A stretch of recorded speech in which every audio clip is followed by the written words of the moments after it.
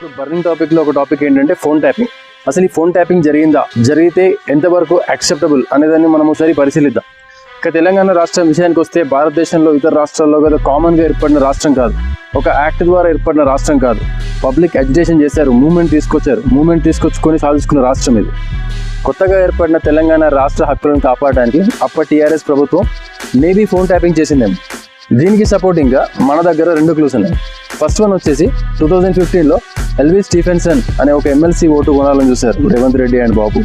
Next thing ఏంటంటే Telangana CM కేసీఆర్కి Intel సరిగ్గా వస్తలేదు బ్యూరోక్రాట్స్ నుంచి అనే ఒక అపనమ్మకం కూడా ఉండేది.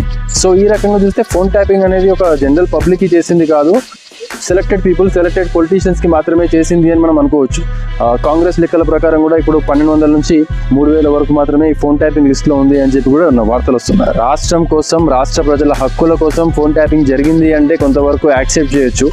కానీ ఈ ఫోన్ ట్యాపింగ్ని అడ్డం పెట్టుకొని పర్సనల్గా టార్గెట్ చేయడం లేదా పొలిటికల్గా కెరియర్స్ని బిల్డ్ కాకుండా చూడడం చేస్తే మాత్రం ఇది 100% కండెమ్ చేయాల్సి. కానీ బీఆర్ఎస్ పార్టీ ఇప్పటి వరకు ఎక్కడ కూడా అఫీషియల్గా ఫోన్ ట్యాపింగ్ చేశామని కానీ, దానికి సంబంధించిన ప్రూఫ్స్ ఉన్నాయని కానీ, ఫోన్ ట్యాపింగ్ చేయడం వల్ల ఇలా ఒక ప్రమాదాన్ని అడ్డుకున్నామని కానీ ఎక్కడ కూడా proofs చూపెట్టలేకపోతుంది.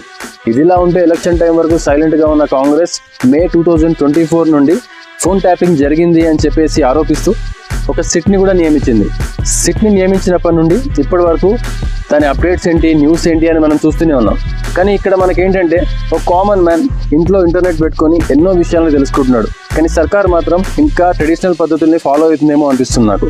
Complaints, arrest, confessions, statements and public ప్రెషర్తోనే ఈ కేసుని డీల్ చేస్తున్నారు తప్ప ఇంకా టెక్నాలజీ ఉంది కదా దాన్ని మాత్రం వాడుకుంటలేరు.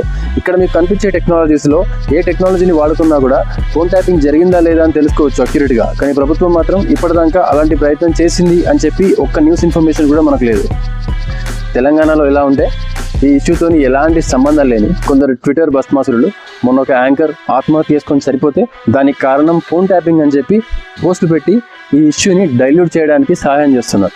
ఫైనల్గా చెప్పేది ఏంటంటే ఈ ఇష్యూస్ మీద మమ్మల్ని ఎంటర్టైన్ చేసి డైవర్ట్ చేసింది చాలు. ప్రభుత్వం పాలన మీద, ప్రతిపక్షం ప్రభుత్వ వైఖరి మీద ఫోకస్ పెడితే బాగుంటుంది. కానీ వెళ్ళే ముందు మీ అందరికీ ఒక క్వశ్చన్ ఏంటంటే, మీరు తెలంగాణ రాష్ట్రానికి, తెలంగాణ లాంటి ఒక పోరాడి తెచ్చుకున్న రాష్ట్రానికి సీఎంగా ఉంటే దాని రక్షణ కోసం ఏం చేసేవారు? సత్యమేవ జయతే, జై తెలంగాణ.